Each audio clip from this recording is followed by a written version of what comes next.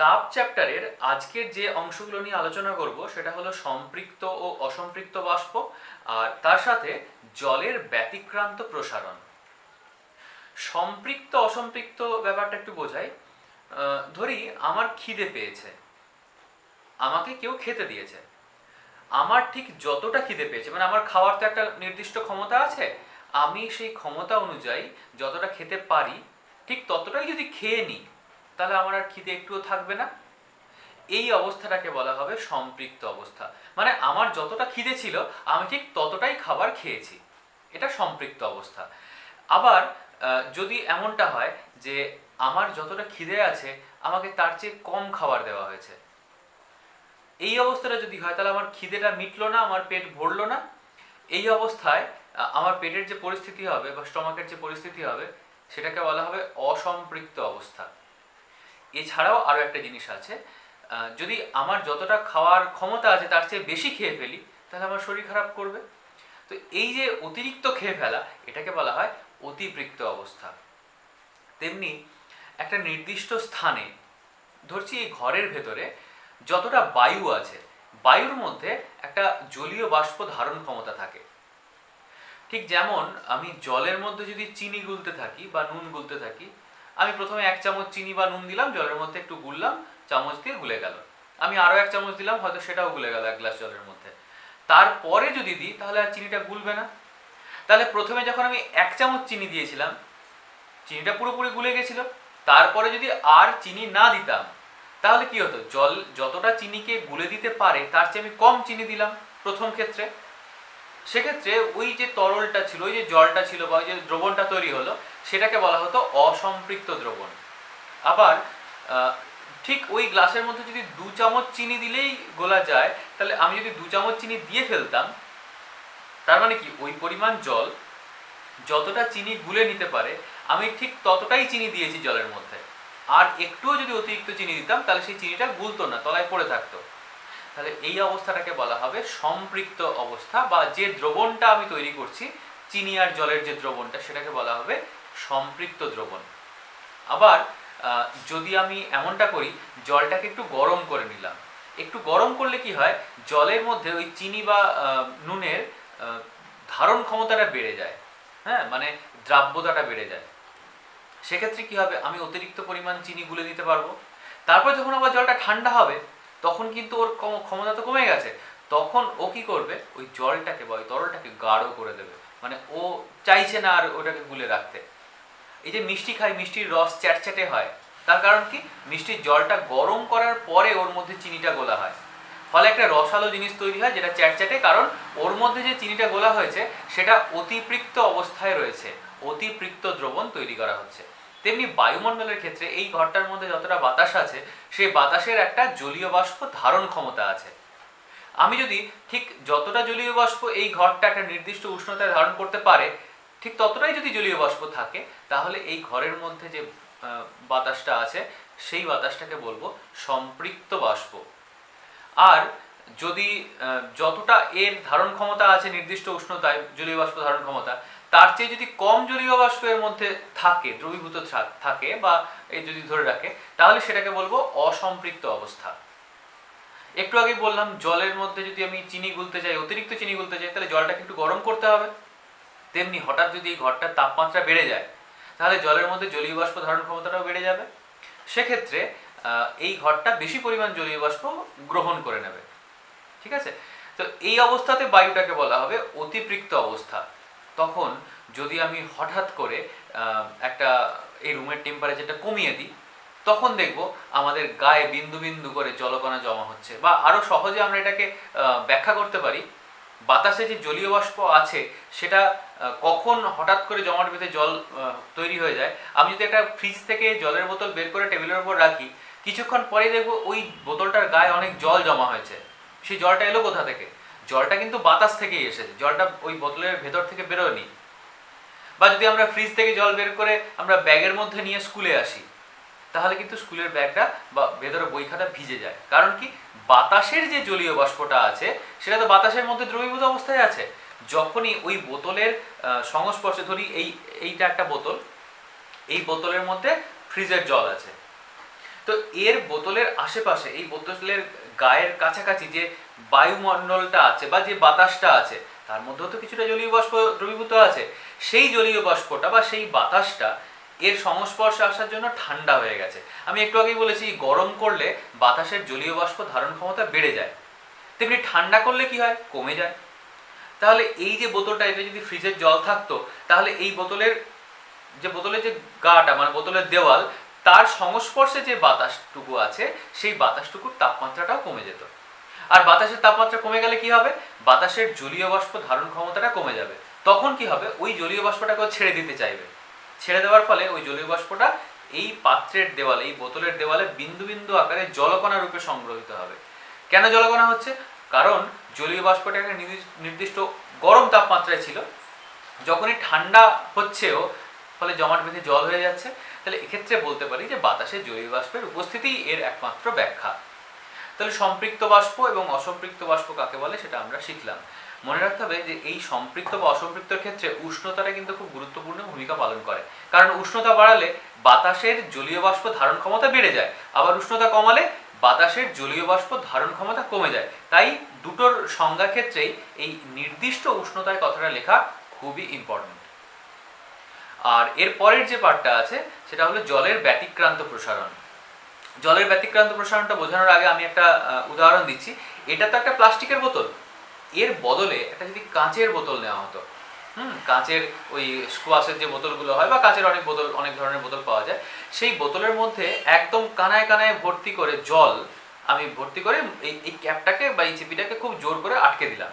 আটকে দিয়ে ডিপ ফ্রিজের মধ্যে রাখলাম, মানে যেখানে বরফ জমে তার মধ্যে যদি বোতলটাকে রেখে দিই, রাত্রে রেখে দিলাম, সকালবেলা উঠে কি দেখবো, পুরো ওটা বরফ জমে গেছে। হ্যাঁ, সেটা তো হবেই, কিন্তু তার সাথে আরও একটা জিনিস দেখতে পাবো যে এই বোতলটা ফেটে যাবে, একদম ফেটে চৌচির হয়ে যাবে। কেন ফাটবে, কারণ এর মধ্যে যে জলটা ছিল সেটা পুরোপুরি ভর্তি ছিল। যখনই এই জলটা জমে বরফ হয়ে যাচ্ছে, জলের চেয়ে কিন্তু বরফের আয়তন বেশি, আর আয়তন বেশি বলে ঘনত্ব কম। আর ঘনত্ব কম সেটা কিভাবে বুঝি, কারণ বরফ জলের মধ্যে ভাসে, যেটা ভাসে সেটা তো হালকা। জল ছিল, সেখান থেকে যখনই বরফ হলো, বরফটা ভাসতে শুরু করলো, তার মানে কি বরফটা নিশ্চয়ই জলের চেয়ে হালকা। কেন হালকা, কারণ জলের চেয়ে বরফের ঘনত্বটা কম। ঘনত্ব কমছে কেন, ভর তো নির্দিষ্ট আছে, তাহলে ঘনত্ব কেন কমছে, কারণ ওই যখনই ও বরফে পরিণত হচ্ছে তখনই এর আয়তনটা বেড়ে যাচ্ছে। যখন কানায় কানায় ভর্তি জল ছিল, একদম মুখ অব্দি ভর্তি, তখন ও যখন বরফ জমাট বাঁধছে সেই সময় তো ওর আয়তন বাড়ছে। কিন্তু যেহেতু এটা কাঁচের, আয়তন বাড়লেও প্লাস্টিকের বোতল যেরকম আমি চাপ দিলে এরকম চ্যাপটা হয়ে যায়, কিন্তু কাঁচের বোতল তো চাপ দিলে চ্যাপটাও হবে না আর বাড়তেও পারে না।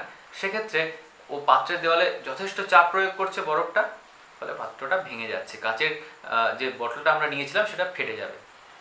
এই ঘটনাটা জলের ব্যতিক্রান্ত প্রসারণকে প্রমাণ করে। কারণটা কি, আমরা যে কোনো জিনিসকে যখন গ্যাসে বা উনুনে দুধ গরম করতে বসাই, খুব ভালো করে আমরা দেখতে পাই যে কিছুক্ষণ পর দুধটা উতলে ওঠে। কেন উতলে উঠছে, কারণ দুধের আয়তন বাড়ছে। আয়তন বাড়ছে কেন, কারণ দুধের উষ্ণতা বাড়ানো হচ্ছে, গ্যাসের মধ্যে বসানো আছে, তাপ দিচ্ছি, তাই উষ্ণতা বাড়ছে। তো এই যে উষ্ণতা বাড়াচ্ছি, উষ্ণতা বাড়লে ওর আয়তন বাড়ে, এটা কিন্তু সব তরলের ক্ষেত্রেই হয়। কিন্তু জলের ক্ষেত্রে একটা অদ্ভুত ঘটনা ঘটে। জল যখন 0 ডিগ্রি উষ্ণতায় আছে, 0 ডিগ্রি সেলসিয়াস তাপমাত্রায় আছে, সেখান থেকে যদি ওর উষ্ণতা আস্তে আস্তে বাড়ানো হয়, 0, 1, 2, 3 এভাবে যদি আমি বাড়াতে থাকি, সেলসিয়াসের কথা বলছি, সেক্ষেত্রে দেখা যায় যে জল 0 ডিগ্রিতে যা ওর আয়তন ছিল, যত আমি উষ্ণতাটা বাড়াবো তত ওর আয়তন কমতে থাকে। এটা কিন্তু বরাবর কমে না, কমে কতক্ষণ অবধি, 0 থেকে আমি আস্তে আস্তে বাড়াতে 4 ডিগ্রি সেলসিয়াস উষ্ণতা যখন হলো, তখন ওর আয়তন হয় সবচেয়ে কম, মানে জমাট বাঁধতে থাকে। এরপর যখন আবার 4 ডিগ্রি থেকে উষ্ণতা বাড়ায়, মানে 4 থেকে আস্তে আস্তে 5, 6 করে যদি আমি 100-র কাছাকাছি নিয়ে যাই, 100তে তো জল ফুটতে শুরু করবে। তো এই 100-র কাছাকাছি যখন নিয়ে যাচ্ছি, জলের আয়তন আবার সে আগে দুধ যেরকম বলেছিলাম ঠিক একইভাবে বাড়তে থাকে। তাহলে জলের যে উষ্ণতার সাথে আয়তন প্রসারণের যে গ্রাফটা, যে লেখচিত্রটা, সেটা আমি যদি দেখি তাহলে লেখচিত্রটা এরকম হবে। তাহলে আমি বলতে পারি যে জলের ক্ষেত্রে একটা অদ্ভুত ধরনের প্রসারণ হয়। 0 থেকে উষ্ণতা বাড়ালে প্রথমে ওর আয়তন কমে 4 ডিগ্রি সেলসিয়াস উষ্ণতায় এসে ওর আয়তন সর্বনিম্ন হয়। এবং তারপর থেকে আয়তনটা আবার বাড়তে থাকে। ঠিক একইভাবে যদি আমি ঘনত্ব দিয়ে বলি, উষ্ণতা বাড়ার সাথে সাথে যেহেতু আয়তন কমছে কাজেই ঘনত্ব বাড়ছে, তাহলে উষ্ণতা বাড়ার সাথে সাথে ঘনত্ব বাড়তে বাড়তে 4 ডিগ্রি সেলসিয়াস উষ্ণতায় গিয়ে ওর ঘনত্ব সর্বাধিক হয়, তারপর আবার ঘনত্ব কমতে থাকে। তো এই যে জলের এই ধরনের একটা অদ্ভুত ধরনের প্রসারণ, এটাকে বলা হয় জলের ব্যতিক্রান্ত প্রসারণ।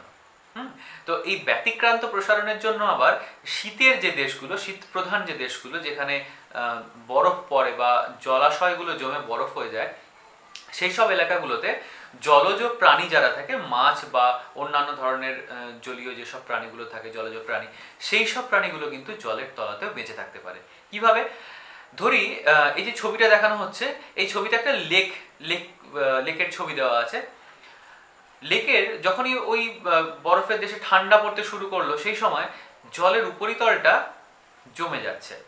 প্রথমে উপরিতলটা জমতে শুরু করলো, জমতে জমতে কি হবে, উপরিতল যখনই জমাট বেঁধে যাচ্ছে বা পুরো জলের পুরো অংশটাই ঠান্ডা হচ্ছে, কিছু কিছু অংশ বরফ জমতে শুরু করলো। ঠিক আছে, উপরের অংশটাই বরফ জমবে তাড়াতাড়ি, কারণ উপরেরটা বাতাসের সংস্পর্শে আছে, নিচেরটা তো অনেক তলায় আছে। এবার যেহেতু উপরেরটা বাতাসের সংস্পর্শে আছে, তাই ওটা জমে বরফ হয়ে গেল। আর বরফ হওয়া মাত্রেই ওর আয়তন বেড়ে যাবে, আর আয়তন বাড়লে কি হবে, আয়তন বাড়লে ওর ঘনত্ব কমবে। জলের ক্ষেত্রে যে জলটার উষ্ণতা 4 ডিগ্রির চেয়ে কমে গেছে, মানে জলের সাধারণত তাপমাত্রা আমরা 17, 18, 20-র মধ্যে থাকি শীত প্রধান দেশে, এর থেকে যখন কমছে, কমতে কমতে জলের আয়তন কমবে, 4 ডিগ্রিতে এসে আয়তন সর্বনিম্ন হলো। এরপর যখন আরো 4-এর থেকে যখন বরফের দিকে যাবে বা শূন্যর দিকে যাবে, সেই সময় ওর আয়তনটা এবার বাড়তে শুরু করলো। যখনই জলের আয়তনটা বাড়তে শুরু করছে, তাহলে ওই পরিমাণ যে জলটা, যার আয়তন বাড়ছে, মানে যার তাপমাত্রাটা 4 ডিগ্রির নিচে নেমে গেছে, শূন্যর দিকে এগোতে শুরু করছে, তার আয়তন বাড়ছে। আয়তন বাড়লে ঘনত্ব কমে যাবে, আর ঘনত্ব কমা মানে কি, সেই জলটা হালকা হয়ে গেছে, ফলে ওপরের দিকে উঠবে। তার মানে লেকের যে জলগুলো উষ্ণতা 4 ডিগ্রির চেয়ে কম, সেই অংশের জলগুলো আর লেকের তলার দিকে থাকবে না, সেটা উপরের দিকে চলে আসবে, কারণ ওরা হালকা হয়ে গেছে, আয়তন বেড়ে গেছে, আয়তন বাড়লে ঘনত্ব কমে গেছে। যেহেতু হালকা হয়ে যাচ্ছে, ও উপরে উঠছে, উপরে যত উঠছে আস্তে আস্তে ওর তাপমাত্রা আরো কমছে, আরো কমলে আরো হালকা হচ্ছে এবং একদম উপরে উঠে যাচ্ছে। এটা একটা সুবিধে আছে। সুবিধাটা কিরকম, এর ফলে লেকের উপরের যে অংশটা, উপরের অংশটা পুরোটাই বরফ, শক্ত বরফে জমাট বেঁধে যাচ্ছে। এবারে বরফ কিন্তু আবার তাপের কুপরিবাহী। তার ফলে কি হয়, লেকের ভেতরে যে জলটা এখনো অবশিষ্ট আছে, মানে যেটা 4 ডিগ্রি উষ্ণতার নিচে নামেনি, সেই জল থেকে আর কোনো তাপ বাইরে, মানে বাতাসটা তো অনেক ঠান্ডা, -23-24 হয়ে গেছে হয়তো, সিয়াচেন যে জায়গাগুলো আছে, সেগুলো আমাদের ইন্ডিয়াতেও এই ধরনের জায়গা আছে। তো এখানে ওই লেকগুলোর তলা থেকে, যেহেতু উপরের অংশটা বরফ হয়ে গেছে, আর বরফ তাপের কুপরিবাহী, ফলে জলের তলদেশের যে তাপটা, সেই তাপটা আর বাতাসের মধ্যে মিলিয়ে যাচ্ছে না, মানে ভেতর থেকে তাপ বাইরে আসছে না। কেন আসছে না? কারণ বরফটা তাপের কুপরিবাহী। ফলে জলের ভেতরে, মানে লেকের তলার দিকের যে জলগুলো, তার ভেতরে জলের যে তাপটা ছিল সেটা সেখানেই সঞ্চিত থাকছে, ফলে জলের তাপমাত্রারও আর কোনো রকম পরিবর্তন হচ্ছে না। তার মানে ওপরের অংশ বরফ হয়ে গেল, তলার দিকের যে জলটা আছে, সেই জলের তাপমাত্রা 4 ডিগ্রির নিচে আর নামছে না। তার মানে কি, 4 ডিগ্রি আছে মানে ওটা জলীয় অবস্থাতেই আছে, তরল পদার্থ হয়েই আছে, জলটা তরল অবস্থাতেই আছে। ফলে ওর মধ্যে জলজ যে প্রাণীগুলো, মাছ বা অন্যান্য ধরনের যে সব জলজ প্রাণী, সেগুলো কিন্তু দিব্যি বেঁচে থাকতে পারে। এইটার ফলেই কিন্তু আমাদের এই জীবজগতের একটা ভারসাম্য রক্ষিত হয়। তা যদি না হতো, তাহলে শীতপ্রধান দেশের ওই জলাশয়গুলোর মাছটা যাবতীয় সবকিছু মারা যেত শীতে, কারণ বরফ জমে তো সবকিছু জীবাশ্মে পরিণত হয়ে যেত। ফলে সেখানকার জীব বৈচিত্র্য একটা তারতম্য আসতো, সেখানে হয়তো আমাদের মতো মানুষরা ঠিকঠাকভাবে খাওয়া দাওয়া করে বেঁচে থাকতে পারতো না। এটা একটা প্রকৃতির নিয়মে হচ্ছে। এই ধরনের তরলের যে প্রসারণ বা জলের যে প্রসারণ, সেটাকে বলা হয় ব্যতিক্রান্ত প্রসারণ, এবং এই ব্যতিক্রান্ত প্রসারণের ফলে আমাদের জীবজগতের যে বৈচিত্র্য, সেটা রক্ষিত হচ্ছে।